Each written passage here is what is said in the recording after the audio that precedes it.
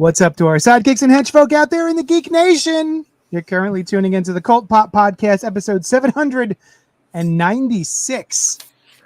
This is the show where we talk about and review graphic novels, movies, TV, and a once monthly roundup of current comics on the stands right now. I'm your host, Johnny Destructo of Johnny Destructo's Hero Complex, located at 4327 Main Street, Philadelphia, Pennsylvania, a super rad shop which caters to the nerdy and the nerd adjacent. Joining me today, Brian Ebe and Noel Bartocci. Hey. What's up, nerds? Hi. A little bit of ASMR. Oh, nice. I will do ASMR. Absolutely. This is ASMR. You're not supposed to do it that way. Anyway, sorry. Hi, how's it going? Hey. What you drinking, JD? I have made a concoction. I have a soda stream upstairs. Oh. So I made a concoction which is bubbly water with then some fresh limeade and then a little bit of Seagram 7. Nice. That sounds cool. So Now, I always literally picture... it's a homemade 7 and 7. Yeah. That's exactly what it is, yes. Whenever anyone says soda stream, for a minute, I picture like a Willy Wonka style stream of soda. Oh, like a river. Yeah. Like a Which I chocolate think would be river, cool. but soda. Yeah. I think there's an actual fountain machine inside your house with multiple buttons, like at a fast food place of my youth. I wish. Those are amazing. I am drinking. I decided to make my own trip to the store and bought beer. I'm drinking a Berry Monkey. Nice. It's Brian, sour. what are you drinking? I have a rum and Coke. It's a different one from last week. I was thinking about it. Yeah. I think it's the same rum, though. I have 2 rums. I think I had this last week, and it's the same one. Well, Nice. I'm glad that you aren't like it didn't take you a week to drink the one drink. To finish one drink. Yeah. It's happened before. It's not the same. It's a whole new refreshed one. It's got new Yeah. ice. Mm-hmm. Yeah, I've gotten Thank into you to everyone. the White Captain. Shut up, Brian. Thank you to everyone into joining it. us live on Facebook, YouTube, and Twitch. If you like what we're doing here, be sure to like, comment, subscribe, and share. The joy of doing this live is with all of you in the chat, so pipe the frick up. You can also email us at cultpopgo@gmail.com. And what nuts did Christopher Goodnight? We got an email, and I'm going to read it to you soon. I can't wait. Now, I'm going to read it to There you it now. is. I waited. I could wait. Someone stole the name Gutter Talk. You should have trademarked the name Gutter Talk, JD. Autostraddle is using it now. See picture, and he included a picture that looks like that. It's a tattoo. Someone's Instagram, Autostraddle, has Gutter Talk. And he continues, I had fun in New York, but boy, was it stressful. For starters, the battery charger I took didn't work, and my bunk at the hostel was the only one without a working plug-in. The hostel was nice otherwise. I was constantly worried about getting lost and my cell phone dying. I almost exclusively used lifts to get around the city because I have a poor sense of direction. As such, I spent way too much money on Lyft. I got to see the steps of the Met, a la Gossip Girl, the pub that Clarence in How I Met Your Mother is based on, NBC Studios, Radio City Music Hall, Midtown Comics, where I witnessed an 11 to 12-year-old talk his dad into buying him a $300 Hot Toys figure of General Grievous, and thought to myself, bought myself the collection of Paper Girls, since the TV show most likely isn't getting finished. Taylor Swift's place she rented on Cornelia Street, and the bookstore a few blocks away from there, where the video for the All Too Well music video was partially filmed. I also got to ride the ferry to New Jersey, where I met an author I've known since I was 23, and then took the bus and subway back to the airport. I got a tattoo my first night there, and the second night I got to see a live recording of a podcast I'm a patron of. Oh, he's a patron to a podcast. That's neat. And got to hang out with Joe DeRosa of Better Call Saul fame and Pat Walsh from Always Sunny, the cool kids, living biblically, blah, blah, blah.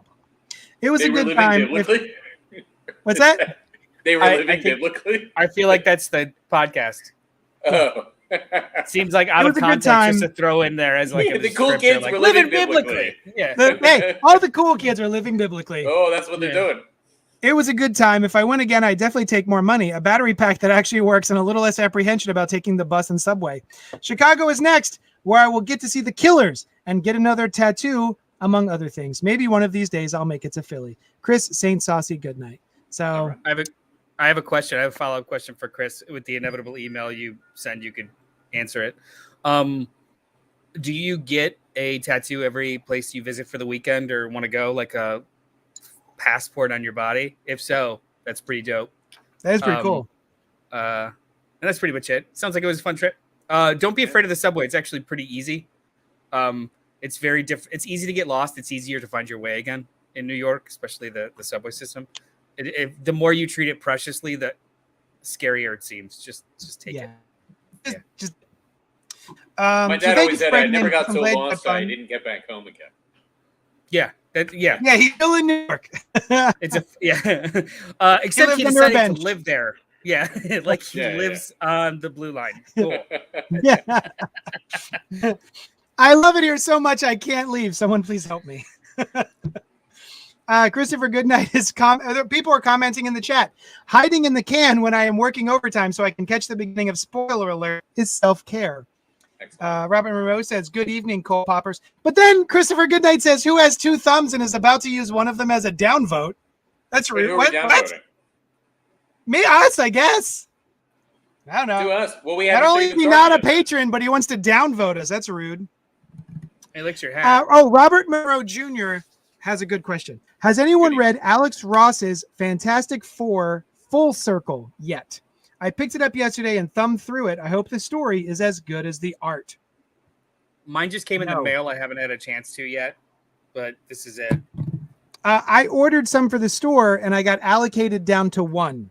What is this? One regular copy and one of the previews exclusive slipcase cover copies. Yeah, that one. What is this story? It's an Alex Ross Johnsky, brand new. It's Judy, he wrote and no, he wrote and if you get more.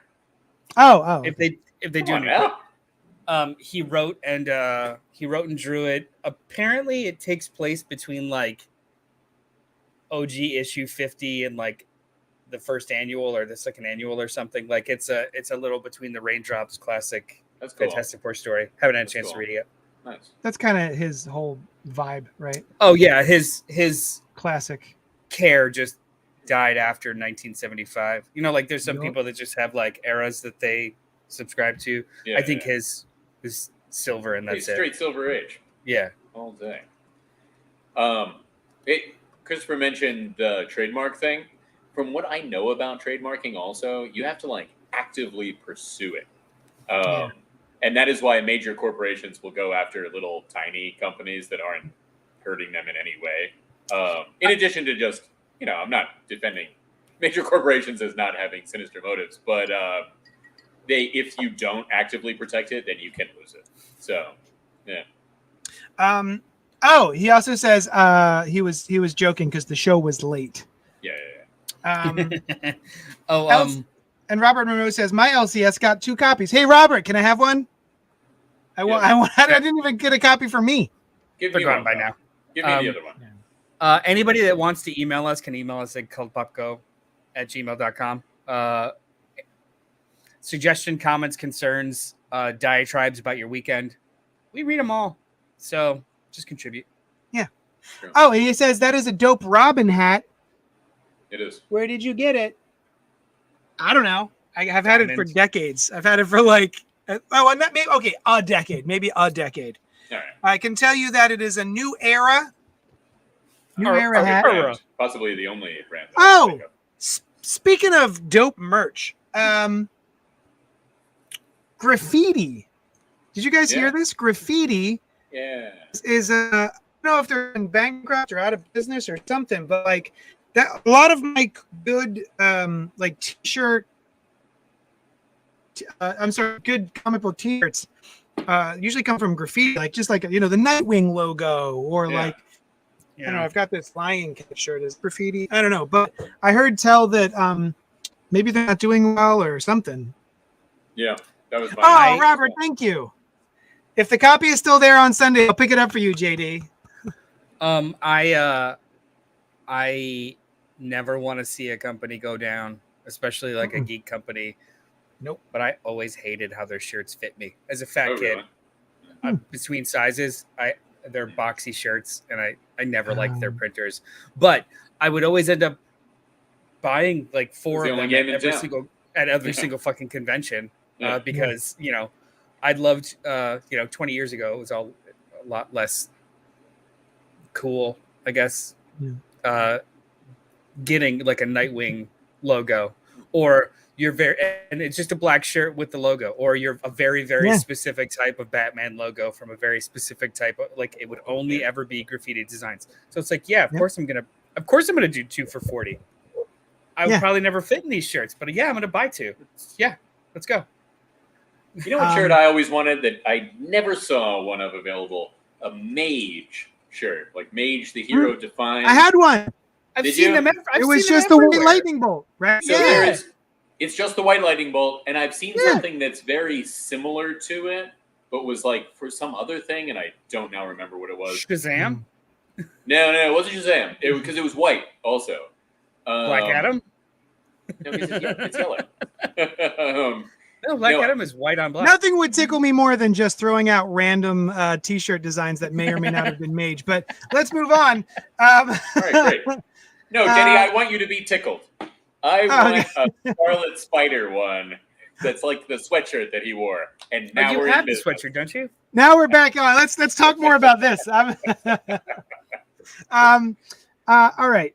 So we got the email. That's great. We're here to talk about it's graphic novel night. So we're going to talk about Tom King's, I forgot the name of it, the Omega Men. Tom King's Omega Men. And we're going to get to that in just a little bit. But first, Brian. Hey. What'd you do this week? Huh? I watched a TV show called Little Demon. I see you already knew that.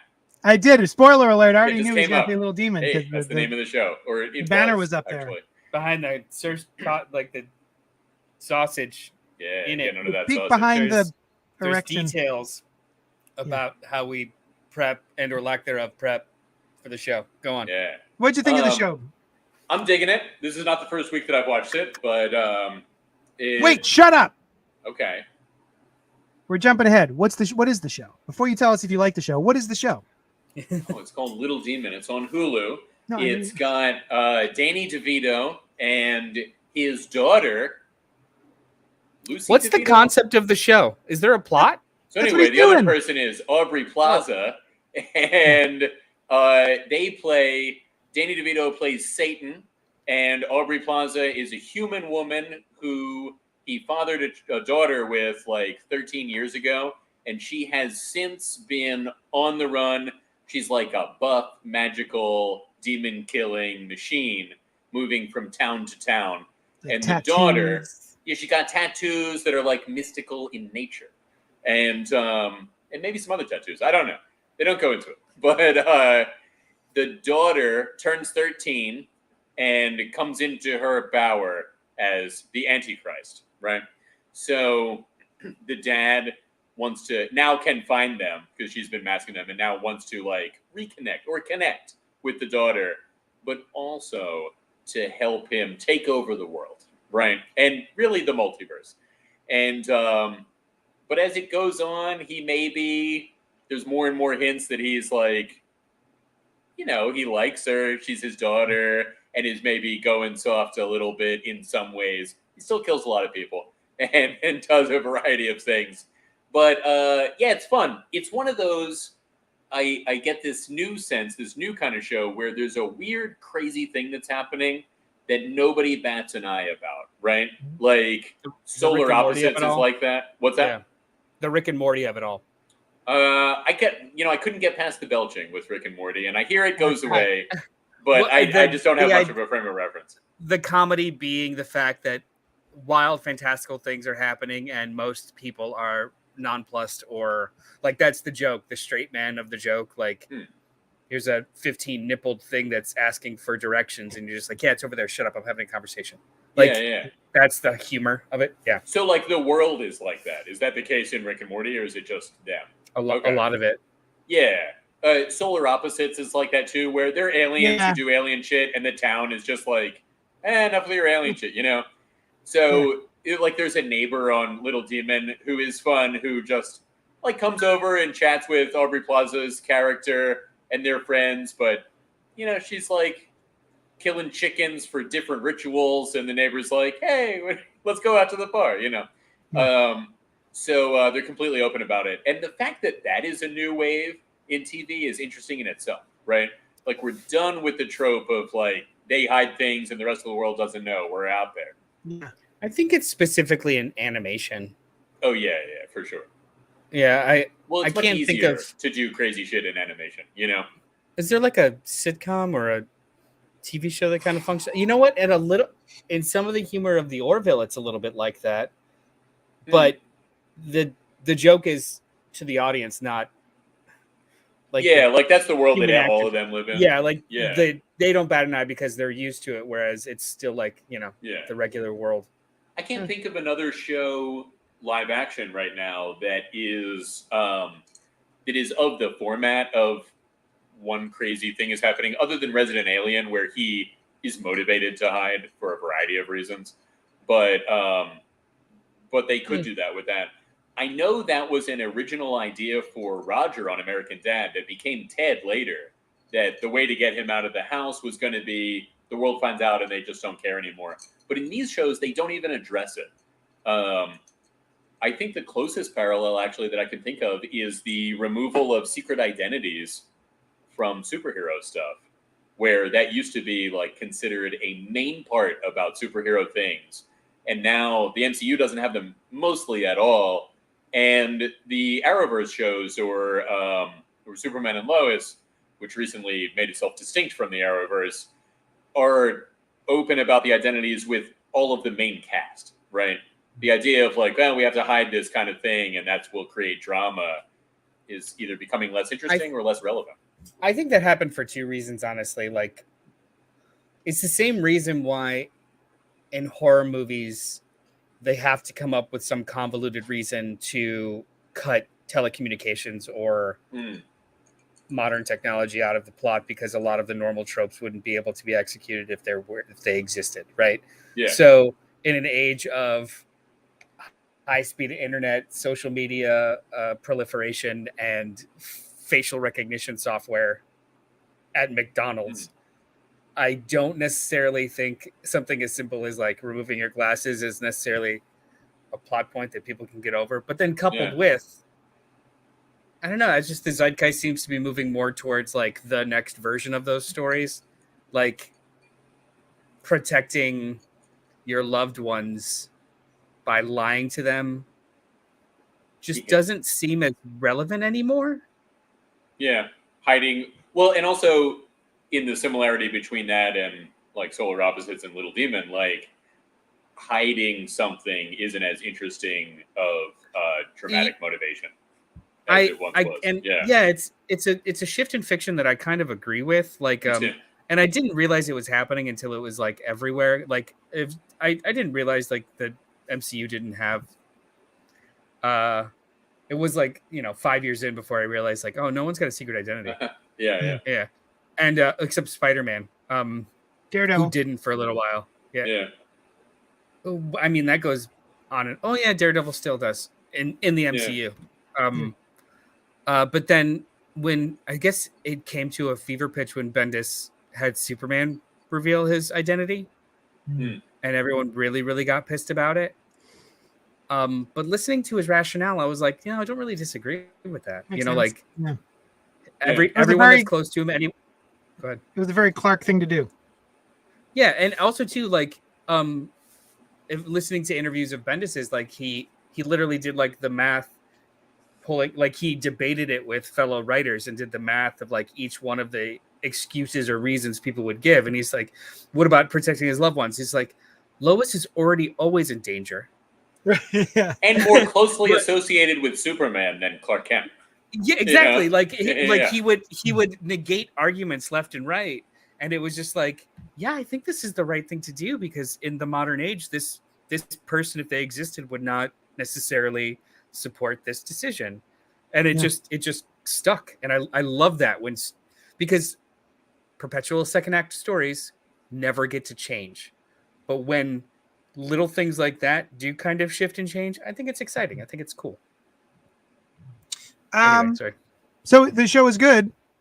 Yeah, I'm enjoying it. It's not at all the first thing that I watch, or like my top priority kind of show, but it's a nice half hour, like while I'm eating kind of show. Yeah. I have a big TV in the shop, and Ray, my friend slash assistant, has been putting it on when there's no one in the store. It is not. No, it's not for everyone. Family appropriate. No, not for. Danny DeVito makes a surprisingly great fit for the type of Satan that he is playing in this show. Yeah. Robert Monroe Jr. says, I never understood how putting on a Harley Quinn mask disguised someone's identity. And I believe Noel said cheekbones. Identity is in hiding cheekbones. And that is one of my all-time favorite lines from a superhero movie actually comes from Green Lantern. Yes. Yeah. When he shows up trying to front like he's not Ryan Reynolds, and Carol's there, she's just like, "How? You think I didn't know it was you because I couldn't see your cheekbones or something like that?" Yeah. Yeah. Like I can buy, especially with Superman, that people wouldn't think he has a secret identity. Nobody would think that if they saw Clark Kent on the subway that he was Superman. But yeah, Lois, Jimmy, Perry Olsen. I mean, really, let's face it. Lois always knew. Most of her Silver Age stories were about trying to prove that he was Superman. You don't keep trying to prove something if you don't know. But he's Superman. He could avoid her being able to get hard evidence to that effect, you know? Hey, Robert Monroe Jr. is adding Little Demon to his Hulu list. Let us know what you think. That's awesome. Yeah, report back. Email us at cultpopgo@gmail.com. Sorry, that was a lot. Brian mentioned something in his description of Little Demons, and I think it would be a perfect segue for JD to talk about his recent dive into the world of Resident Alien on Sci-Fi/Peacock, depending on if you stream it or watch it live. How dove are you? How far are we in? I'm in episode 1. I'm in season 1, episode like 7-ish. Okay. So first of all, for anyone who doesn't know, Resident Alien is probably in its third season now? I think it's actually the second season. We're about to go into its third season. And it is starring one of my all-time favorite actors who I don't think gets enough play. Completely agree. And credit. Yeah. Alan Tudyk. It's great. Who you may know as Hey from Moana. Certainly his most notable role. Or as Wash from Serenity/Firefly. He Pastor Veal in Arrested Development. Oh, that's right. Yeah. He was also the robot in iRobot. He was Sonny in iRobot. He was also the robot in Rogue One. He was also the robot in. He's a lot of robots. A lot of different robots. Yeah. I believe he was the toucan bird in Encanto. I believe he was Pua in what's the other? Oh no, not Hey. No, he was Hey, not Pua. I'm trying to think. I think he was another animal. Anyway, he's a great actor. He's wonderful, and his comedic timing is just spot on. He's so great. Yeah. And so it's based on a comic book series of the same name from Dark Horse, I want to say it was. And I never read the comic, and so I had little interest in this other than Alan Tudyk. And basically the plot of the show is an alien comes from outer space and is here to destroy the world and winds up, electricity. Flies into a storm. Electricity hits his ship. He goes down, and he winds up killing and taking the place of a small town doctor. And the fun comedic acting that he does is like fish out of water. I look like a human, but I'm very clearly an alien, and I'm just trying my best to keep people from discovering who I am. That's what a lot of the humor is. And it's delightful. It's really fun.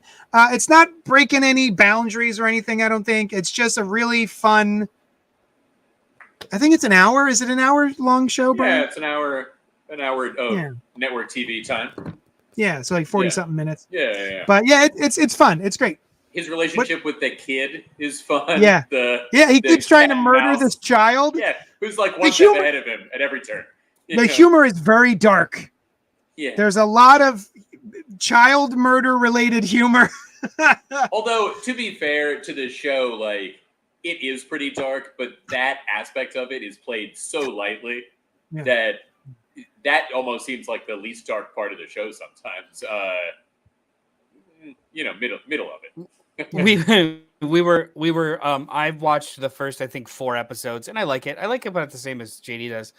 But we were talking about it the other day, and part of me feels like it would be even better if it was 30 minutes long each episode. Oh yeah, like slightly tighter. Yeah, because there have been times in the first couple of episodes where they feel like they're just extending to a commercial break.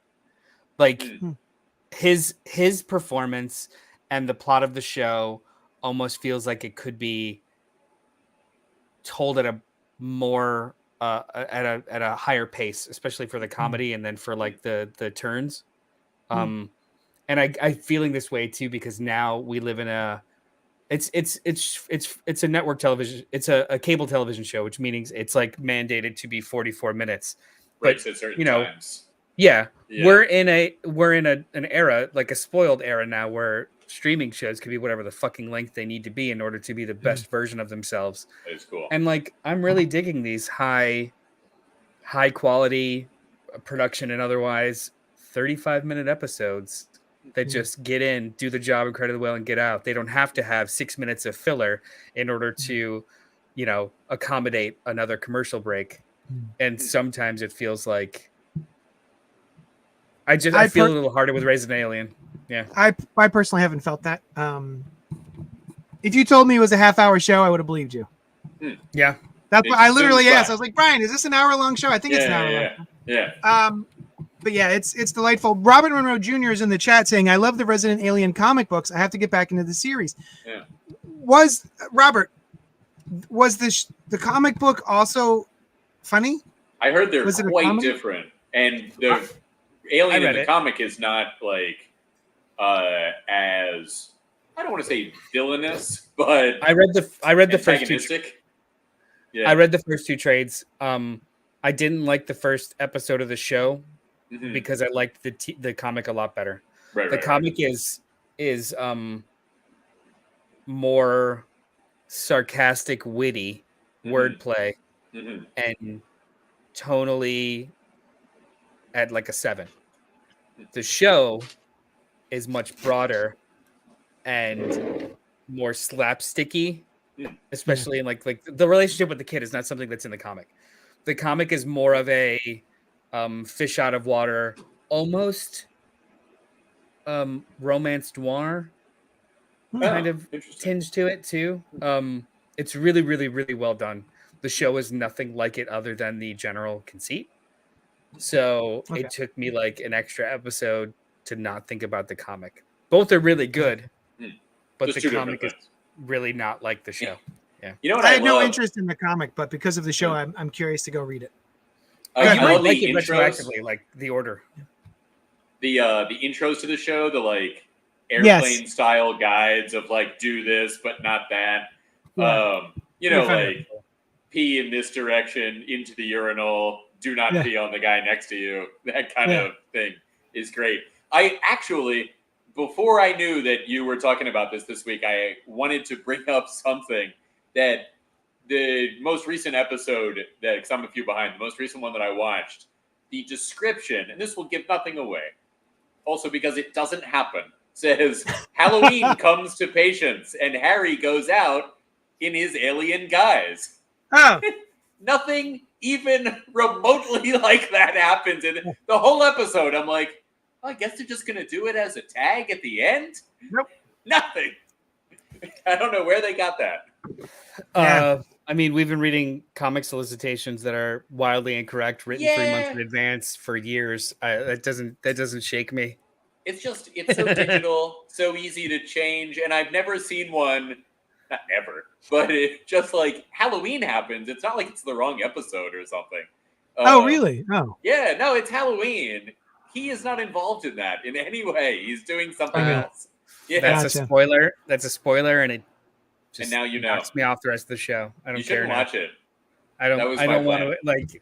I'm gonna watch up until the Halloween episode. Yeah, I mean it's good up until now. I'm out. Really and then falls off a serious. I feel. I almost feel betrayed. I haven't invested the time yet, but I'm going to invest the time in order to just validate this feeling of betrayal. Sometimes it's nice to be angry. JD, what else you been watching, huh? Well, I'll tell you. So I have a big, I don't know if you want to call it a crush. Okay. I'm going to call it. She's wonderful. I love Sharon Horgan. Now, to be fair, I love Sharon Horgan in the way that I never knew her actual name. Okay. I would always be like, "Oh, that lady from Catastrophe, she's awesome." Yeah. You saw her but now I've made a point of going in and being like, "Her name is Sharon Horgan," and she is from the first time I saw her was in a show called Catastrophe, which was I guess it's a sitcom. It was like a half-hour, funny British show about an Irish woman and an American man who meet in London and they have a one-night stand, and then he flies back to America and she goes back to Ireland, and then he gets a call, oops, I'm pregnant. Yep. And so they go, all right, and they get a place together in London and try to be a family and raise a baby. And it's so good. It is so good. I can't say enough about Catastrophe. It is delightful. It's rip-roaringly funny. I have laughed out loud so many times watching that show. It also has a lot of heart and also deals with much darker things as the episodes go. It gets a little darker as it goes. And how long are we talking? How many episodes? Or 2 seasons, right? 2 seasons. I want to say it was 3 seasons. Okay. It's over now. It's done. But you can probably, I think it was an Amazon show. But absolutely love that show. And it's the two of them. Really, the charm of the show is the two of them and the biting dialogue that they have against each other. Yeah. It's a very quick, do they not get on show. Too well? They do. Oh, they do. But they also frustrate the fuck out of each other. Oh, okay, gotcha. Yeah, and it's watching their interaction is delightful. And so I really liked her in that. And so now she has, I don't know if she's the showrunner. I know she's definitely executive producing. I feel like she's like one of the showrunners and also the show writers. And it is called Bad Sisters. And so we have a murder. Well, I'm sorry, we have a corpse in the first episode. And we have, I want to say there's 5 sisters that are all related, obviously sisters. And we come to find out that one or more of the sisters may be directly involved in why this man is dead. Yeah. And so there's a lot of jumping back and forth and revelations and stuff. And boy, it is really, really good. The only problem I have with this show is the guy who plays the shitty husband of one of the sisters is the guy who dies. And he was played by the guy who did the most recent Dracula BBC adaptation, which was very interesting. But my only Muppet one? Oh, I don't know. It was like a modern one. It starts the first episode starts off back then and then becomes modern. I didn't see it. Is that Moffat? Yeah. That's Moffat. He's the same actor. And so his job is to be shitty, right? Because we have to, as the audience, we have to go, we can sort of understand why someone may want to kill this man. The problem is every single decision so far, every single decision that this man has made has been shitty. At every turn, there's like the opportunity to not be shitty. And it feels almost one-dimensional at this point. And I think it would behoove the show to give us a little bit of something extra. Give us something a little bit like a gray area of like, maybe he didn't quite deserve to die. But like literally everything a person can do to make you go, that guy sucks. This guy does it and revels in it. Well, So like he's just bad, you know. He just sucks. He just sucks. Having not seen the show yet, is that something that the show seems to want to explore? Is it more about getting away with murder and less about the moral ambiguity of the decisions that they made? Your impressions thus far? The moral quandary is there with the sisters, but not whether or not this dude deserves to die. Is it always coming from a unreliable narrator, or is it you see the flashbacks omnisciently? Ooh, it's a good question. That's what I mean. Like, no, you see them omnisciently. You see them omnisciently. Oh, well then, yeah, maybe that is a little bit of a lack. Well, because I understand that you don't want your protagonists to come off as unrepentant murderers. But yeah, you could probably swing the pendulum too far and make it uninteresting if he's just a straight up villain at every single turn. Yeah, it also becomes sort of like the comedy is in trying to kill this man and failing. Wait, like how much of it is flashback and how much of it is half? Like half. Okay, yeah. So if not more. Get it. Actually. Yeah. And then of course there's the side plot of the reason we're even seeing all of this happening is because the people who are there, the insurance company is there to pay off his life insurance. There's been some mishandling. It's a family-owned insurance company, and there's been some mishandling of the finances of the insurance company, and they can't afford to pay out this huge life insurance policy. So these two brothers are trying to interview the entire family and find a way to not pay this big payout. So that's sort of funny. They're the ones taking us through this thing. It's delightful. I highly recommend it. Apple TV, Bad Sisters, Sharon Horgan. She's wonderful. I love her. I'm right. Yeah, highly recommend. Now, Noel. Yeah. I throw the question back to you. What did you do this week, huh? I read comics. Comics. Right. I watch shows here and there, but I chose to talk about the comics I read. Okay. But just leaving with a little Lord of the Rings is better than House of Dragon. Anyway. I'm seeing it yet, but I would. I want to watch both of those shows. I haven't gotten to either of them. They're both good at what they are. Yeah. I'm very much enjoying Lord of the Rings a little bit more right now. Yeah, I'm not sure I care that much about the Game of Thrones prequel that doesn't take place that long before, but I heard it's good. But it's really good at what it is. You just have to really want what it is. Like naked, good-looking people and murder. Yeah, it's essentially another Game of Thrones. It's just kind of focused on one house. That's it. Yeah. Yeah. Instead of everyone in the realm trying to fight for the crown, it's essentially the Targaryens fighting the Targaryens for the crown. All right. It's the same thing. Yeah. Mileage may vary. I want to talk about AXE, Axe, Judgment Day, Avengers, X, the body spray. Eternals. Oh, yeah. No. Judgment Day. We are 4 issues in and many tie-ins into this ongoing summer event for Marvel Comics, and I wanted to touch base on it because honestly, the last couple events have been pretty dope. Like, I know people give a lot of shit to event fatigue. I also give shit to event fatigue and usually don't read tie-ins, but we all enjoyed Empire. That was really fun. Yeah. That was good. Most of us enjoyed the Carnage-y ones because they were just Those are cool. imaginative. Yeah. We enjoyed Devil's Reign. What you guys read of it, you enjoyed. Like they've been pretty strong books. So I wanted, like, Kieran Gillen is a commodity. Valerio Schiti, who's doing the art for the main series, did Empire. Excellent artist. And this plot is super fascinating.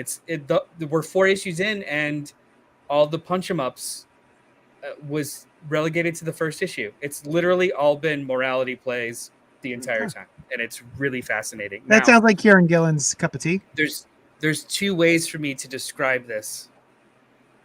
The slightly more fun way is potentially going to spoil something that happened in the Eternals book a year ago.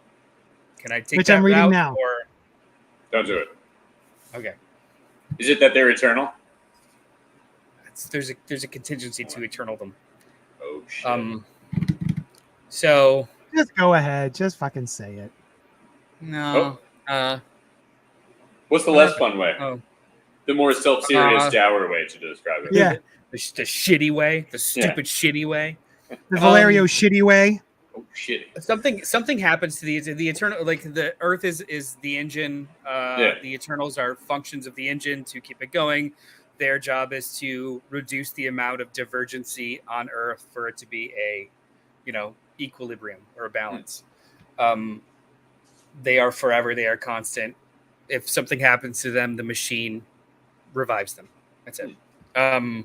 How that works is revealed in the book. It's a little fucked up. So a contingent of the Eternals break away, not wanting to live this lie anymore, and are now held up with the divergence. So they are like the forgotten or the removed. So you've got like, are they characters like pre-existing Eternals characters, or these are people who left a long time ago? It's popular Eternals. Oh, all right. Nice. Okay. They choose a different allegiance based off of a truth that was revealed to them. All right. So that's cooking in the background now. Like all of Eternals are divergent. We all know that Krakoa revives mutants. In the pages of X-Men, which I'm not reading, but apparently now the rest of the world knows that they keep getting resurrected, and they're not happy. So they're never too happy with the mutants. Well, I mean, just that's true. You have the secret of immortality, and you're keeping it to yourselves. I asked that question.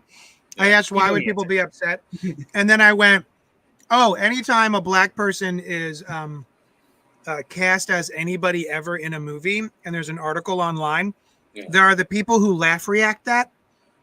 Oh, really? And I go, "Oh yeah, yeah. Why you, not us?" kind of a thing.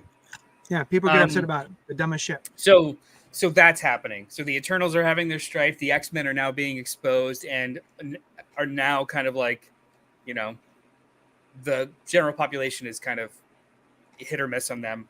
Yeah. And then also, which we read, Planet-Sized X-Men, where they literally terraformed Mars. That's cool. They terraform Mars. They have a whole system. They have a whole nother planet, a whole nother race, the whole nine. So the great machine that is the Eternals, under new management that sucks, has identified mutants as deviants. Because they check off the boxes of they do of deviancy of in general. And then also there's the added little kind of like story point where only mutants are able to use the portals to Krakoa. Eternals are able to use the portals also, which implies that there is a shared lineage of some sorts, millions of years removed, but still just kind of a shared lineage. Yeah. So you've got all these things happening at once. So shitty Eternals are like, hey, our job is to eradicate deviancy. Let's kill all the mutants. So the whole book starts with an attack on Krakoa. And it's crazy rad. It's insane. And the Avengers are just trying to get in the middle of the fray of like, pushing. Like, don't kill all these people. Yeah. Yeah. Yo. That's only the first issue. Valerio Schiti is so good. Right? Let's see it. This art is great. Put it up on that screen. Let's see it. I want to see it. Hold it. Oh, okay. Hold it. Yeah, hold it. Let's see. I found you a good. I'll keep talking. Yes, it is a beautiful book. Also, the tie-in issues that I have been reading are all interesting and all written by Kieran Gillen. It's like he literally is. Oh, that's cool. There are some that aren't. There's a giant face there, listeners at home. Yeah, so that is that what he's showing, that giant face. That's actually a it's an illustration of the psychic attack that the Eternals are doing on the island of Krakoa. Like it's cool. They actually break down the strategy of attack where they incapacitate all of their psychics first and then this, and then this, and they actually like Sheedy visualizes it. It's very interesting. Who are the Eternals psychics? Who have they got psychic wise? I don't fucking know. They don't say. All right. Yeah, you got to keep that content secret. I don't know all their names. All right. But so that's all just the first issue. As it keeps going, invariably the heroes, coupled with some Eternals and a mutant, decide like, hey, let's try and circumvent the bad Eternals' idea of what their god wants them to do by giving them a different god. They will only ever listen to a Celestial. So let's have a Celestial tell them to stop. So they revive. If you guys remember, the Avengers. Definitely, where it was standing in the San Francisco for a while. Yeah. Well, no, it's the one that's in the Himalayas. It's Arishem. They literally live in the dead hosts of the first. There's a lot of Celestials on Earth. The one in Times Square, like that, they got rid of that during Secret or for beings that I think are. Yeah. My understanding of these beings is that they were larger than the planet. They've appeared on planets before. Well, the ones in the movie are bigger than the planet. The ones in the comics, they're just giants. I thought they were like Galactus-sized. Yeah. They're like Galactus-sized. But Galactus can stand on the surface. Galactus is bigger than the planet. He can stand on the surface of the Earth. He's moving his machines around. He stands on the surface of the Earth. Yeah. I mean, that's just our perception. All species see him differently. Okay. But yeah, he's there. Let me get to the point. So this is this is only like the first two issues. I'm spoiling plot points without spoiling the story. Trust me. Okay. I'm just trying to sell you guys on this shit because it's great. I'm sold. No, hang on. Let me finish. So, with Tony and all the best scientists, they're like, we're going to wake up Arishem and he's going to see all the good that we do. And they wake him up. It's not going to work. And he's like, fuck you. It goes according to plan. You have 24 hours. I'm going to judge each and every one of you individually and as a species. Huh. And when I'm done, it'll take a while. Not for us. We'll figure it out. Well, I mean, he's a god. He does it in a day. Does it all at once. He's like Santa Claus. The rest of the subsequent issues are just characters being judged, and a lot of characters that you would think don't get thumbed down, they get thumbed down, and vice versa. It's absolutely awesome. Like in the middle of, the last time I remember something being like kind of this imaginative with, a big toy box, because he's creating new rules within it. I think of Green Lantern, where Jeff Johns. He just hey, we've got this one idea with one color. Fuck it. What if other colors have different things? And what if the different things do this? And what if it just kind of keeps.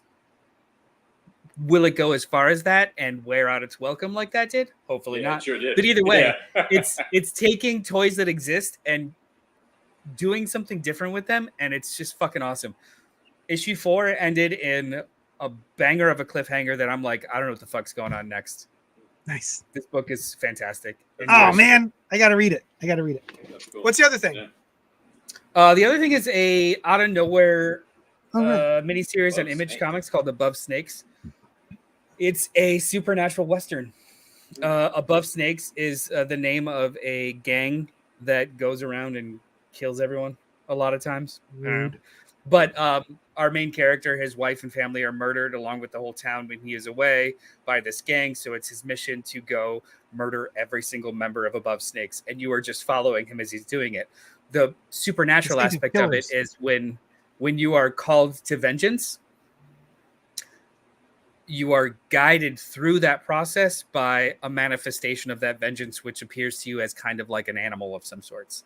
So he has a talking raven that only he can see that is the manifestation of his vengeance. That kind of, they joke with each other, they pick on each other, and he kind of guides them in certain ways. And it just gets weirder and weirder as it goes. And it's so well written. It's very funny. It's also very poignant. And the art is really fun. It's a 5-issue, very contained, really tight miniseries about, I don't love all supernatural books and I don't love all westerns, but this one just together, it's really well done. sweet. That's cool. Brian, I think you would dig it too. Yeah, it sounds interesting. It reminded me of that book that we read the first couple of issues of. I mean, it just put it. Your talk reminded me of it. Coffin Bound. Yeah. Same kind of And tone. It made me think like, I want to get that volume and catch up with that. There's one really good scene in the second or third issue where you only I forget the main character's name, but you're only really with him and his bird for the most of it, and just kind of like tracking down people. But his bird comes across another person and another bird. It's an indigenous person. That bird of vengeance is 10 times bigger, and More vengeance. Essentially, the plight is contingent on the size of the bird. So this indigenous person whose entire fucking tribe was destroyed and decimated by the same gang is like, your squabble has nothing to do with me, and don't get in the way of my vengeance. And it's this giant fucking bird. It was a really, really fascinating concept, kind of manifesting this intangible emotion with an actual like tulpa. It's a very good book. That sounds cool. I haven't read a single issue of it. I have a couple subscribers for it, but I never gave it much thought. That's cool. When it's going to be all collected, it'll be probably something that's really good for like a book club. Just we'll see how it wraps up. Nice. That's what I've been reading this week. That's what we've all been doing this week. And if you want to help the show out, in addition to liking and subscribing on YouTube, you can follow us on Facebook. We've been there as well. If you can find us on Facebook, just look up CultPop Podcasts. You can become a patron to help us keep going by going to patreon.com/JohnnyDestructo. You can also just email me at jdsherocomplex@gmail.com if you want to special order anything. I do mail outs. I'll get comics in for you, and I'll mail them to you. Any of that stuff would help my life significantly, and also your life, because then you would have comics. And let's move on to the reason we're all here. Guys, it's time for the origin. No, wait, that's after the show. We're here to talk about the Omega Men by Tom King and Barnaby Bagenda. And Iguara. What'd I say? He's a different guy. And Iguara. Yeah, I'm sorry. Yeah. Let's see. A group of alien freedom fighters pose as what? Okay, sorry. A group of alien freedom fighters pose as terrorists to accomplish their mission from the mind of ex-CIA analyst Tom King. The Omega Men are back in an all-new series. They've murdered White Lantern Kyle Rayner, and now the universe wants them to pay. Who are these intergalactic criminals, and is there more to their actions than meets the eye? I did not read this until today. I literally opened this today. I borrowed Noel's nice deluxe edition hardcover. Oh, out of print, baby. So hard. Baby. It's really pretty. And this came out in a time when I didn't know who Tom King was. I don't think anybody really did. Anybody really did. Yeah, at that time. I think Sheriff of Babylon was coming after this. Oh, I think it was right before. Like that was like, no? Oh, Yeah. Shit. Cool. I watched an interview with him today, actually. And he, on the episode where six issues have already come out of this, he starts promoting Sheriff of Babylon. Cool. So yeah, but the first thing I'd ever heard of him was the Sheriff of Babylon series. So this completely flew around my radar, even though I'm a big Kyle Rayner fan. I think maybe I knew it was a Kyle Rayner book, and I flipped through the first issue and went, "This doesn't look like it's for me," so I put it down. But I picked it up today so that we could discuss it, and I have thoughts. But have you guys? All right, so Noel, this is your copy. You already read this before you handed it to me, right? Yeah. I read it. I did not read it when it was coming out.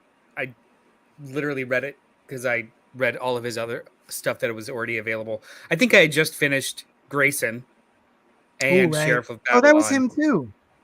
Yeah, I was gonna say. I think that was the first thing. Him and Tim Seeley, right? Him and Tim Seeley wrote the whole Grayson Hypnos spiral. For anyone who doesn't know, Dick Grayson, the first Robin, eventually became Nightwing. And then at some point in the last 10 years, they decided, and I think Forever Evil killed him off. And so everyone thought he was dead. And then he basically went undercover and became a super spy. And so that was But we didn't think he was dead, right? Like they didn't try to fool the readers. The world thought he was dead. Yeah. 2 issues later. It'd be hard to fool the readers with your books called Grayson. I'm on to them. Yeah. No, but I mean, wait a minute. Even in that issue where I think Luthor shot him or something, by the end we knew that he wasn't. Or the next issue. It was. I mean, if we want to get really specific, it was a cliffhanger where the timer went out and he was dead, and then the next issue a month later. Yeah. It was like psych. Yeah. Deuces. But go on. No. So I was, and then I think at the time Mr. Miracle was coming out, so I was just becoming very aware of him, and I was like, I've never read this Omega Man. It was a whole 12-issue series that came out, and it was done. It was a full story, and everyone seems to be very positive about it. It was one of those series where a lot of the what are they called in comic communities? The idea of hipsters, like, well, I was a fan of Tom King back with Omega Man, and it got canceled. That kind of like ownership. What are they called? That kind of ownership of I Dorks. knew it first. And I was just like, all right, this must be, I got to give this a shot. So I picked up the hardcover. So that you could be like one of those guys? Is that what you're Yeah. I mean, yes. Tell us about how you read this before any of us. Well, you see, I knew how good it was before anyone else. No, and that's not necessarily what I think and feel. Yeah. It sat on my shelf for a little while, and I ended up, I was on vacation, and it was one of the books I brought with me, and I read it in like 1.5 sittings or two sittings. Just like I took a break in between because it was, at the very least, it was fascinating. Yes. It was fascinating. It was intriguing. It was like the right balance of multiple different genres. I got bugged by some things. I took myself out of the story a couple of times, being like, "Is this in continuity? When does this occur? Is he still dating Carol? What's going on?"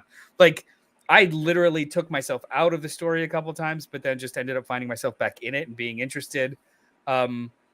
It was just, all in all, I was, no matter how you felt about the actual story, it felt like a worthy read. So I wanted to get your guys' opinion of it. Now, Brian, I'd like to revisit for a second. JD laughed about it, that they pose as terrorists in the way that I am posing as somebody sitting on a couch. Yes, thank you. They are so into that. They have posed so well that they are absolutely terrorists, 100%. Yeah, 100% terrorists. Yeah. That's why it caught me off guard. I did not read that before reading it on air, so I was like, "What? Yeah. How's this terrorists?" I don't. Right. Very committed to the roles. Yeah, there's no ambiguity in the story too. Like, they are terrorists. What the story reveals to you is how they became terrorists, and then how you feel about their station after that is up to you. Yeah. Which is what I like, what I wound up liking about the book. I'll get to it in a minute. I'm not entirely sure I enjoyed the process of reading the book as much as I enjoyed getting to the end and thinking about it afterwards. Brian, did you read this series as it was coming out?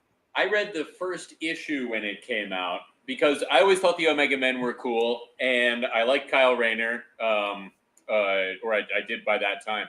And I wanted to read the rest of it because, I mean, Kyle Rayner was in it. It was the time when he was the White Lantern. I thought that was interesting.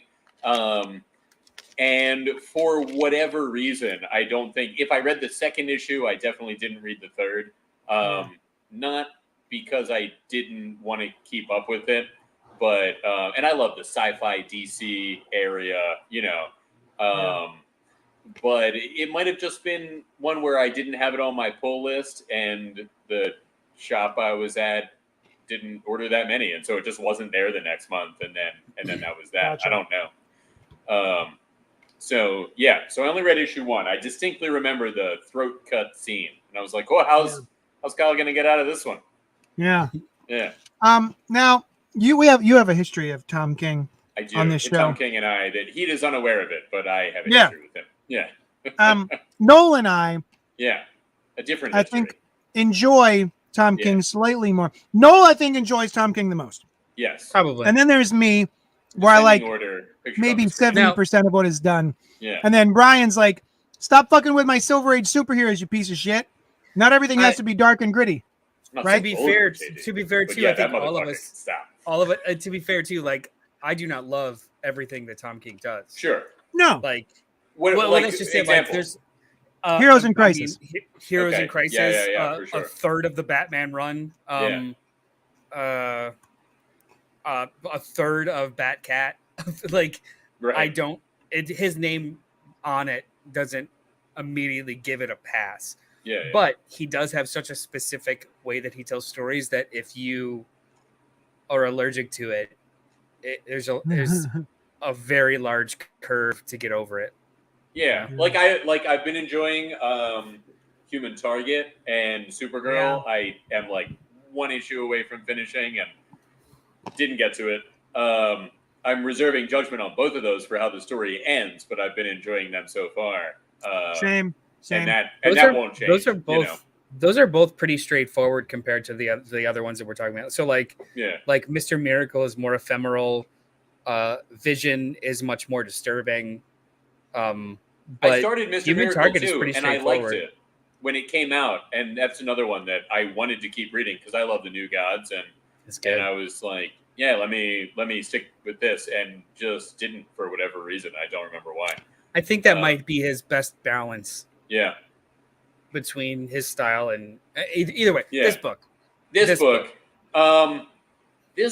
I did not like, but not for those reasons, right? I was like, and this is boring, and the twists are lame, and I'm not feeling this at all. And I wanted to like it because the Omega Men are cool. They're gritty sci-fi already, so there's no like, what's he doing to my Omega Men?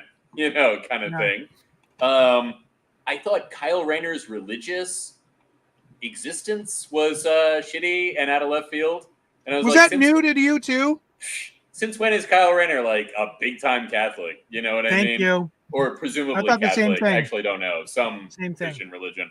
Yeah, like where'd that come from? Just because he's Latino, I guess, is where that came from. I think that's where it came from. I think it's just Mexican American culture for the most part being largely Catholic. And I'm sure many of them are secular as well. You know what I mean? But as a you're pretty secular. It's mostly Catholic and Christian. But yeah, I mean that has never so far been an element of Kyle Rayner's character that I know of, and there was a lot of like, oh right, you're juxtaposing some religious thing against this action that it normally wouldn't be, whatever.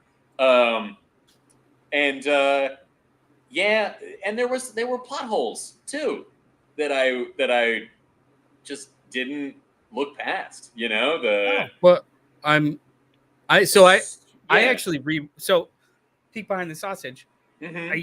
If I've read something already, I don't often reread it for the show. I actually reread this yesterday. Oh, did you? So what plot point? Did I miss plot holes? Very comic specific type plot hole. Kyle Rayner, for most of the series, does not have access to his White Lantern ring, which he has decided to give up, even though the pact was with the Green Lanterns. But whatever, he gave it up. He doesn't have it. And then he and the rest of the gang are being tortured in the Citadel by the leader of the Citadel. And that guy is wearing the White Lantern ring. Kyle does nothing, right? He's right next to it. Oh, does not try to pull it to himself. Does not do jack shit about getting back his ring. Kyle wasn't being tortured. Kyle wasn't being tortured. He was even getting the thing removed out of him. Yeah, but he was conscious. Like, he was talking to the dude. And he's like, not aware that the ring is there, right? Very DC Comics specific plot hole. There it is, this scene. Wait, or maybe the next one. Is that him in the room though? You're right. Well, Yeah. is he in the room with him? You're Not right. even a mention of like, You're right. I'm too weak to pull it back or something like that, you know? Because the whole time I'm like, how is he not getting his ring back? There was that. I thought, I guess the whole thing with the planet, the climax at the end, where the planet is destroyed so they can get the stellarium out, which I thought was a bit of out of a nowhere MacGuffin kind of thing, that it's like, what, billions of planets are on the verge of destruction now, you know? And every planet needs this stellarium? I'll push back on that one. Okay. The planet wasn't destroyed to get the stellarium. Yes. Because they didn't allow them to mine it. They were a people that kept themselves hidden. So the big people thought, well, the world, the rest of the other 5 planets won't know that we sneak in and kill them all and mine the planet. That was the big lie. Yeah. I guess they're just still mining it, because I was surprised that there was any there, but that shield was up, but it was hiding them. Okay. But yeah, I thought the existence, the necessity of that stellarium, there were, first of all, billions of planets that are part of this, which is a large number. And they all feel like they need this stellarium to keep them from exploding like Krypton did. I mean, I very much believed that personally. Like the idea of, even if they're not on the brink of disaster, desiring what would stop them from being in disaster. It's why there's arms races. It's why there's resource races. I did believe it personally. I didn't read it as all of these planets are fucked and they need this now. I read it as this is the most precious thing in the world and everyone would kill for it. Everyone. That's what I read it as. Same. All right. Same. That's fair. There was one other thing that I thought, it's a really early conversation with Scats, I believe is her name. Scraps. And Doc, who they say, Scraps says, like, that's the problem with hiding in plain sight. When you're found, you're asterisk, ampersand, whatever, right? So then Doc replies, I am still unsure if it is them or us who are truly a different series of characters. They should be the same characters. Right, you know? That's true. Yeah. That's true. Yeah. That, of course, is just like an amusing thing to note. That didn't, that wouldn't like sway my opinion of the book. This shit was weird, though. Kyle's all about Carol, and then he's, I'll be with the princess. I love her now. It's been like 4 or 5 months. Yeah, I guess so. Yeah. The course of the book is well over a year, because the war itself lasts for like 200 days, but that doesn't even happen till like the 11th issue. And they say at the end, he's like, it's been about a year that you're the U.S. Army guy. I mean, yeah. Also, he's a White Lantern and he has access to the Green Lantern Corps, but at no point, like when he gets his ring, right, he never asks for help. He never calls for help. GLs. Yeah. Well, they're not allowed to go into the Vega system. Meaning by that ancient decree with the Guardians. Yeah. And they also, too, at the end, make a very large point of essentially saying he, being the White Lantern, he decides he takes it upon himself. He was not asked or ordered to go. He did it himself. That's true. I thought it was weird that he had to obey that it was his decree that they made, but he decided to do it. It's the Kyle of it all. The altruistic Kyle of it all, Here's the other thing. They, in this scene, right after this, they book passage on a starship, right? I love So they have to use these disguises to get in, and then they're scanned for all kind of weapons, and one guy explodes because he presumably has some weapons. And then they're on the ship. Scraps is there with her gun, and she's like, "Yo, Kyle, I got this gun. How'd you get the gun?" That Shark Man was shot because he wasn't. I thought he was exploded by the playing by the rules. No, he gets shot. Bottom left channel. He gets shot by somebody in the background. Regardless, how did he was being a prick? He was shot. Oh, okay. But I genuinely love this whole sequence, though. The way that they deal with the hypnos, like the color changing when they're in. That was awesome. When they're in disguise, cool. Not in disguise, who can see them, who can't. But then in panel, it's revealed all of a sudden other characters are in different color, and you're like, oh shit, they're there with them. The rest of the Omega Men are there with them, and Kyle's about to find out. And I was like, this is fun. This is something that you can only do in comics. This scene as in when I stopped and took notes because I liked the way that they visually represented not only the fact that they were in disguise and then flip-flopped it so that they weren't grayscale and everyone else was in color, but then they were in color and everything else was in grayscale. And then they let us peek through and see the other Omega Men in color while everything else was grayscale. This is when I stopped, when I got to write this down and remember to talk about this because this is my favorite part of the book. Just visually, I thought, how clever, how fun. There's two sequences like this for me. This one, and I do not know the history of Kyle and his religion. I literally just took it as a secondhand, a character beat because he was raised. He's half Latino, which being half Hispanic. Being half Hispanic, it was believable to me that he was at the very least raised in some sort of version of Catholicism and has pendants of it, right? Or just some sort of like the entire sequence. They're fighting with multiple different races in the Vega system, all fighting over. They're not fighting over their versions of whatever God is, but they're fighting in the name of an alpha and or an omega, whichever they believe in. Those are their gods. It was the way that they would describe it, the way that they didn't describe it. It basically felt like it was a either forward or backward or a future or past or a start or a finish, not necessarily an entity, just the alpha or the omega. So I wasn't sure if it was an actual deity or just a belief system. Either way, I really, really, really liked the sequence where Kyle kind of just has his tipping point. It was between him and Tigor, whatever. He's a wonderful character. Where they're on the planet that was decimated, Vrul, and he's just like, what the fuck about your god, whatever. And he goes through this really good speech about. Oh, that speech.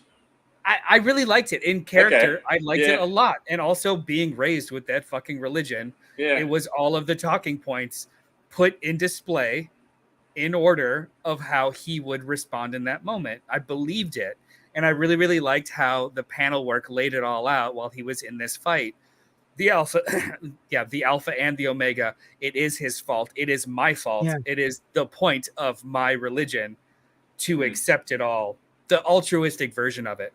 Not the in practice Catholicism version of it. Well, yeah. And it was an effective scene for me because I believed that. I just believed that Kyle believed it. Yeah, I did like that too. Sort of him accepting the grayscale of everything. Yeah, it was definitely a turning point for him. It was like that was the moment he decided to fight with them. Yeah. But that he would never be them. You know what I mean? Like that weird, I'm not one or the other. I'm going to do all of it. Because the whole story, people are telling him that he's got to pick a side, essentially. And even the climax of the book is, are you going to pick a side? And he's like, I always stared at the gutters of pages. Like, as a character arc, the second read for me was much more effective than the first. That was my other favorite part, is the very last page of this book. You do like planetary destruction. No, the last page of the book. Where he's talking about the gutters. Oh, really? All right. I loved it. Not only are they all gutters, and they're all crucifixes, right? They're all crosses. Yeah. But they're also bars. They're also jail bars. It's also a cage. Your religion, your percentage can be a cage. It's on the nose, but it's a fucking comic book. Yeah. I think it's okay. It's done well. I like that. Yeah. I think by that time I was like, all this like William James quotes, and these are like I got to read one of these every time or two. I skipped them. That's a Tom Kingism that that's a Tom Kingism that I do not. I like. It's not my favorite. I think I remember way back in the day. Yeah. He doesn't think he is. He is smart. He just does it in ways. Smart's not what I was gonna say. Self-serious, pretentious, or like that he. Yeah. So I don't know. To your point, though. Yeah. I on the show have bitched about his terrible habit of overlaying forward narrative progression with fucking poetry or like. I think it's very effective. Nick Spencer. I think it's very well. Nick Spencer just does it with tons and tons of dialogue. Tom King does it with like he does that thing where he'll juxtapose a song lyric with something horrific or a poem with something like thematically that kind of like it's effective when used sparingly. But we were reading like 4 or 5 of his books, and he was doing it in every fucking issue. Like there was literally an issue of Heroes in Crisis where the entire thing was done in poetry being recited by the caveman character before being murdered. And I'm like, dude, please stop. Like this is pretentious, self-serious, too on the nose. It's not moving the story forward. So I do hate it when he relies too heavily on that. But these just quotes at the end of a book, I don't care. I just didn't think the quotes were very good. Except there was one.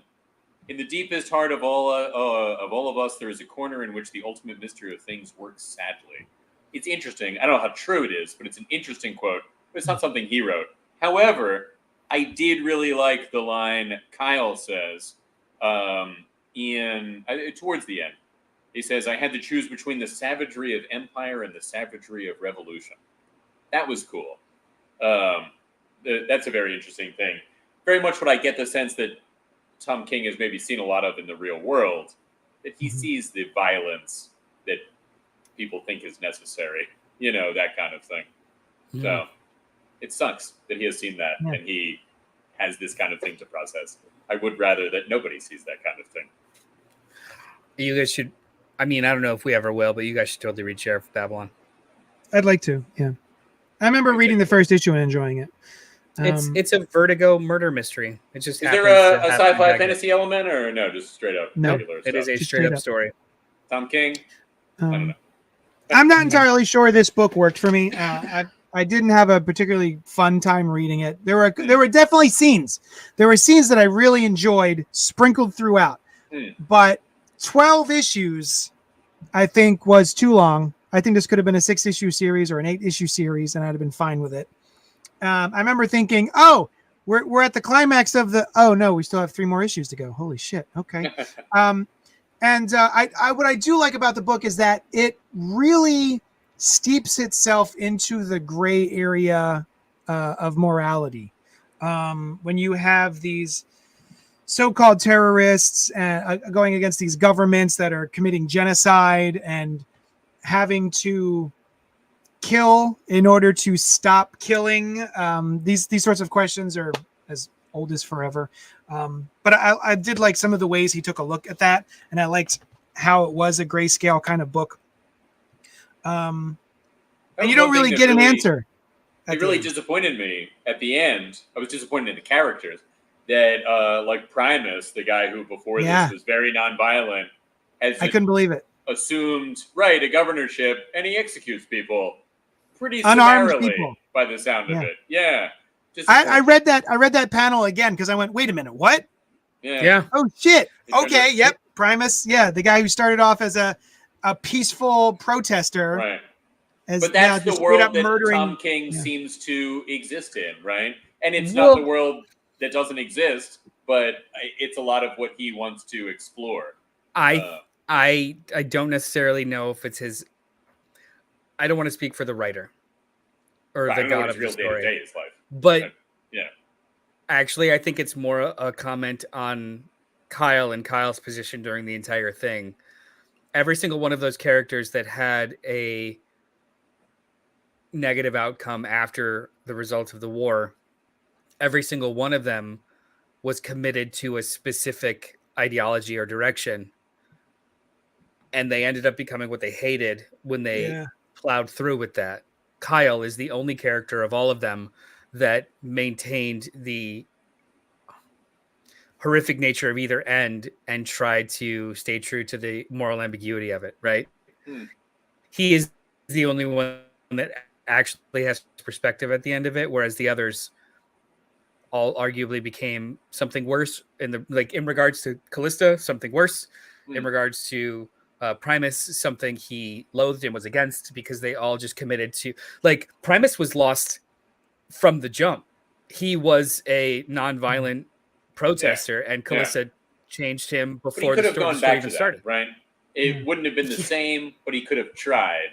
Because there's always a way, right? I bet he did try, though. That's just it. Like, we only got, like, exactly. And because that's Tom King's deal, you know? Fair enough. That's my essential, if there is one problem I have with Tom King, it's that. It's a philosophical disagreement that is like, he likes to talk about how ideals fail and how the real world takes over when you try to be good, and how somebody with a rigid system of being nonviolent can never survive against the violence that they had to partake in or that they chose to partake in, you know? And I don't know. I've been lucky enough not to be in the CIA, you know? I didn't choose that path. And when it comes to Callista, I can't say that surprised me at all. Well, no, she was a stone cold killer from the entire time. You know, right. Even when we first see her and she's going up against the 5 slaves that she has to murder, she's digging it. She's, she's enjoying it when we first meet her. And then later on, she's like, oh, they made me do it. Like, no, you didn't. You do that for fun. And she manipulated. They made her when she was 6, but she's into it now. Right. I think the example of hope is Kyle, not Primus or any of the other Omega. It's true. And this is less degradatory of that kind of ideal than some of Tom King's other work, right? Like, Kyle Rayner does not choose to blow everybody up, right? He maintains what he knows to be right throughout. Yeah, even at the very end. Yeah, he does. Like, the lives he took were combatants in the heat of battle. He is not going to kill an unarmed man because they to win. Right. Like, that was one guy, even I could see, like, well, he did kill the woman's entire planet. I don't advocate killing him, but I see where her point of view is. You know? Yeah. What'd you guys think of the art? Because I found it very uneven, almost ugly at times. I agree. I liked it overall, but yes, very uneven and almost ugly at times. It grew on me. The only reason why I had weird expectations for it, though, is because of all the other artists that he's worked on types of stories like this. These self-contained, like 12 issue stories. He usually has like a Murderer's Row, very specific style of artists. This is not like that at all. No. So I think it was just my baggage carrying it in. I think it took about 2 issues for me to just kind of like ease into it. And then by the end, or by like the middle, with sequences like the hypno sequence and a lot of the action sequences, I think before, when they were capturing Callista and they did it in like 2-3 panel pages, stuff like that, I really started to just buy into it and accept it. It was jarring to have a fill-in issue by Iguara. Yes, I think it was, he did 2 of them. It was like issue 4 and issue 9. It was like, you got 3 issues of Bagenda, and then Iguara, and then 3 issues of Bagenda, and then Iguara. So like every time that happened, it was a little jarring. I don't think I even noticed that he did a second issue. It's like 10, I think. Oh, the first one he did was just the 2, like it was essentially the Kyle and Callista issue, and it just, the colors all matched, everything like was fine, but it was still almost, it was like I got used to Bagenda and then it felt uncanny valley for an issue. Getting used to the kind of style of Bagenda, like it was only just close enough. I think Iguara is only the 1 issue. The rest of the book is 1. No, I like the retro style like travel poster type. Those are cool. Those are cool. Yeah. Yeah, those are cool. There's one, I remember there's one image of Kyle very early on, and his hair, like you've got the shape of his head, but then his hair cuts into like here we go. See this upper left corner here, or he's flying towards the reader. His hair cuts into where his head would be. His head would be White Lantern. That's how they work? Yeah, sometimes if they want it to happen, that's how it happens. Gotcha. Yeah, that is weird. That is weird. Yeah, it happens several times throughout the series. He just like I don't know. forgets to draw the entirety of the skull. He just draws a face and then puts some hair on it, and it cuts. It's not head shaped. To me, it was more like a exaggerated Matteo Scalera kind of physiology. So it didn't really bother me that much. Not fair enough. The coloring is really nice. A lot of the color work that the colorist does is great. But yeah, just the way the faces are put together, it's very awkward. Not my favorite. Speaking of awkward, the Brutes people reading that was like, oh my god, this. No, it didn't bother me. No. Everything is being this or doing that. Yeah. I'm like, I get it. I'm not even upset that it was done because I like when, they other fully people commit to an alien kind of dialect or whatever. But I was like, oh, this is tough to get through with them beings and doings and what have you. Yeah, I get that. It didn't bother me though. I've seen worse. Oh, trying to read. What was it? That Grant Morrison episode of Green Lantern. Oh well, I gave up on that. Spaceman by gosh, who was that? It wasn't Warren Ellis. Was it Grant? No, it's Eduardo Riso and Azzarello. Azzarello.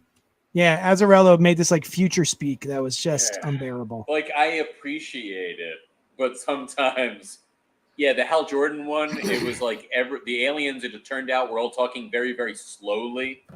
So you just it was like unrecognizably just sound or whatever. Oh my god! But you could kind of pick it out.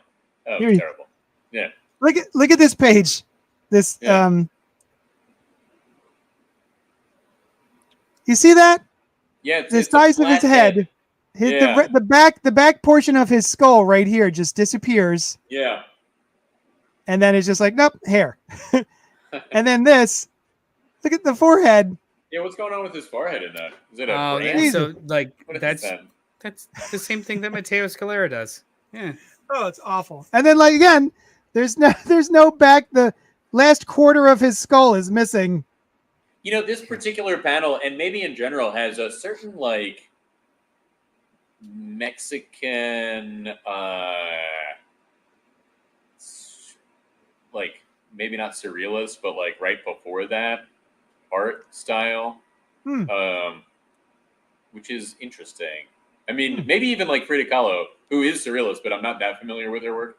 But there's a particular name for that era of painting that I'm not familiar with. But I'm not sure. Yeah. Maybe it's on purpose. That you're not sure? No, nobody's hiding this from you. So yeah, I don't know if I would recommend this book. I like what it attempted. I'm not sure it was it was wholly successful for me, but I know there are people out there who do really like it. I'd recommend it to some people. Yeah. I liked it a lot more the second time. I liked it the first time. How much did you like it the first time? Like, what kind of jump are we talking? I thought it was like I thought it was rough, but I thought it was a net positive. Like it was strong. It was fascinating enough. It was interesting enough. Mm-hmm. Like it kept me going. I kept reading it. Yeah. The second time I was a little bit more engaged on kind of the larger things that he was trying to say. Sometimes sloppily, but still the larger things, which made it. There was just added another kind of layer of fascination. Like this time around, I had some favorite sequences. I did forget the ending from when I read it, originally 4 years ago. And so it was a little bit of it was a nice surprise, like, and like what happened to the rest of the Omega Men. Yeah. It was an interesting twist with the like. Now you've got to decide: are you going to do this again? Yeah, that was an interesting resolution to that. I mean, it's a really like slapdash, fucking allegory for like oil. Sure. Just like how the Vegas system was like a slapdash allegory for holy lands and peoples on them. Yeah. Now in this comic, you mean? When you said was, I thought you meant like in its original creation. No. In this comic, like each planet of the Vegas system has like their own religion, and they're kind of fighting for the alpha and or the omega, which one's the most correct, and who has the actual like claim of the land, it's very on the nose. Yeah. Even for somebody that doesn't know all the intricacies of geopolitics, it's still very on the nose. So like if somebody came at me with that, I think that's stupid and it's on the nose and I don't like it, I wouldn't fight them. It's like, yeah, okay, that's fair. That's true. It's not always a bad thing. Before we wrap it up, there are two things I want to mention. I was watching an interview today on the blog of Oa, a YouTube channel from 2015, where they interviewed Tom King. And apparently this series was canceled 6 issues in. Oh, really? And there was such a uprising. There were a bunch of terrorists who were like, keep making this book. So they went, all right. And so they finished it up. Then in the interview, the series is not finished yet, so he can't spoil the ending or anything. But he said, it's a big drop. This big bomb is dropped at the very end, and DC Universe is going to be a whole big DC Universe thing. Yeah, really. And I today I commented, I was like, but was it though? Like, what did I miss the follow up to this? There was supposed to be a big DC Universe follow up. And the blog of Oa said they didn't follow up on it. Back when he wrote Heroes in Crisis, I was convinced that was going to be the payoff with Kyle having a mental crisis that tied back to Omega Men. Interesting. I would still like to know what he was building towards. So, at the end of this, we're basically on Earth, and he's talking to, a military guy. And so they also want to get the Stellarium, I believe. Stellarium. Unobtainium? It's Stellar Eum. Yeah. Stellarium. The Stellarium. For Earth. And so I had a feeling there was going to be some sort of big thing to go with that. Maybe he was planning to do something, and then when they canceled it 6 issues in, they were like, okay, you can finish it, but you're not doing your thing. No, I bet he was referring to the fact that they blew up that planet, they reduced the amount of stellarium they could mine, and it's going to become an arms race of sorts. I absolutely think that that's probably what it was intending for other writers to pick up, or things to change in the Marvel universe or the DC universe. Or maybe they just say that kind of thing in interviews sometimes. Hopefully. I am not that cynical. I do think that every writer that tries to drop a mic that hard wants to drop a mic that hard. Oh, yeah. And like he wants it to be a big thing.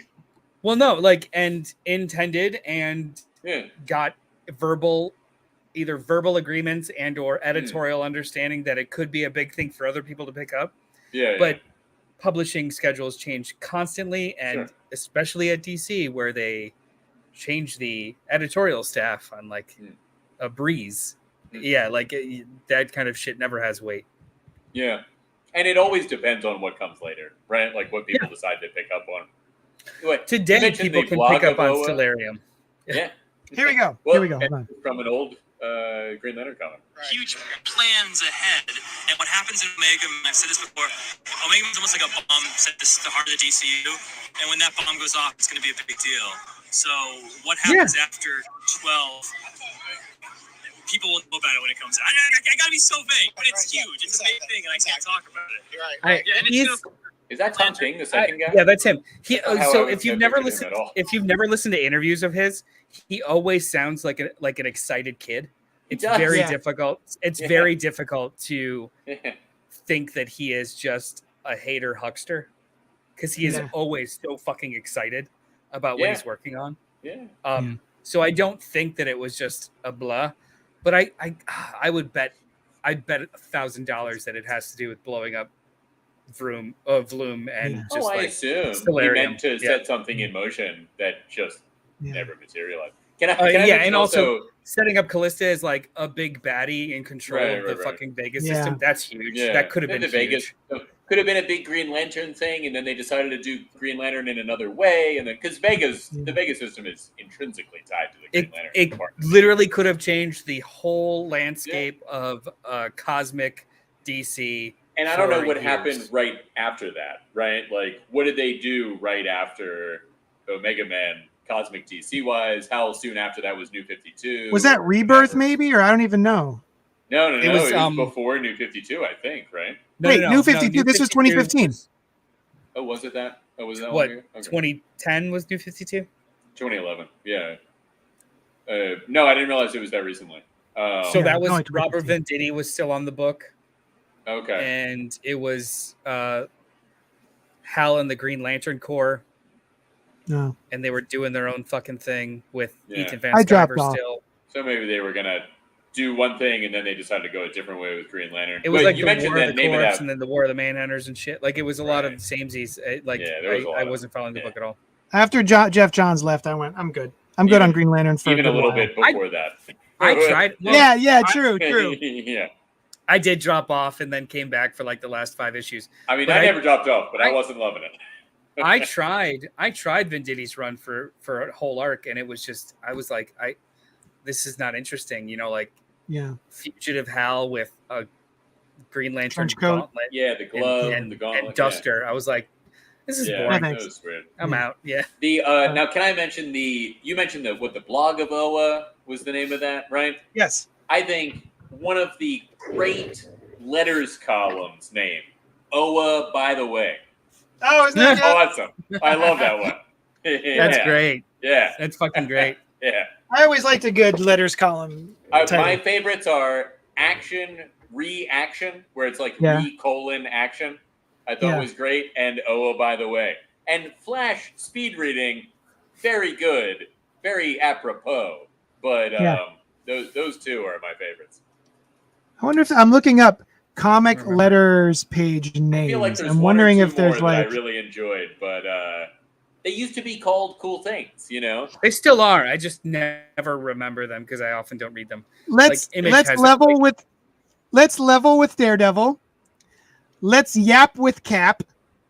Spider's Web, Crawl Space. Okay. Let's see. Any more? I feel like I'm just like scrolling through. DC one, but I don't remember what it was. I got a stack of comics right next to me. Let's see if any of them have letters columns. Yeah, because it's definitely not an all-the-time thing anymore.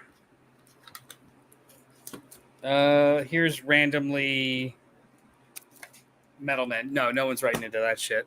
I love the Metal Men. Yeah, not the Didio, Allen, or Stan. No. Something Davis. Not that one. I love the concept of the Metal Men. Future State? No, this wouldn't have anything. I did like I don't want to get rid of. The She-Hulk letters column was called She-Mail. That's cool. MAIL. Oh, you know what? I don't know if that's really appropriate these days. Speed reading is good. Yeah. It's speed reading, but also I think I also liked him picking up the letter, you see him, and then he's putting it down in that classic Flash, multiple images kind of thing. Yeah. That's fun. Anyway, let's get the hell out of here. All right. All right. I'm not going to stay here. Roast Office it's called Roast Office instead of Post Office. Roast Office and Firepower, says Kevin. There you go. Thank you, Kevin. People are still here. Yeah, Kirkman does stuff. Yeah, Kirkman's great with that stuff. All right. Thank you so much for hanging out with us. Let us know what you thought of The Omega Men by Tom King. You can email us at cultpopgo@gmail.com. Please help us out if you have any extra pennies to throw our way at patreon.com/JohnnyDestructo. If you don't have any money, because we don't, just come hang out with us. Be friends. That's really all. We're just lonely and we want to talk to you and have you talk back to us. But also the money. And we will talk at you next week. What are we talking about next week, guys? I don't know. It's a really good question. To be determined. So everybody read everything that exists so you're caught out for next week. Kevin says, ... I'm always here. No, without the ... it's not sad. But if there was no ellipses, it would just be, I'm always here. But because of the ellipses, it makes me go, oh. We love you, Kevin. Thank you. Threatening would be putting one of our names first, like JD. I'm always here. I'm always here. Yeah. True. Well, punctuation has meaning. You heard it here first. What are we talking about? What are we talking about next week? We don't know. We don't know yet. Let's figure it out. Yeah. Okay. I'll tell you, I would like to one day talk about that Mark Waid, Brave and the Bold, that we all expressed interest in. Doesn't have to be next week, but I want to bring it up on air here in the public view. I don't know. What do you guys want to try? I don't know. Maybe a movie. We haven't done one of those in a while. We haven't done a movie. I like in a little bit. Yeah. But something good. I want to do a good one. Nothing crappy. We'll figure it out and we'll post about it. We'll let you know. Yeah. You'll find out. All right, guys. We love you and we'll talk at you next week when we will talk about something. Love you. Bye.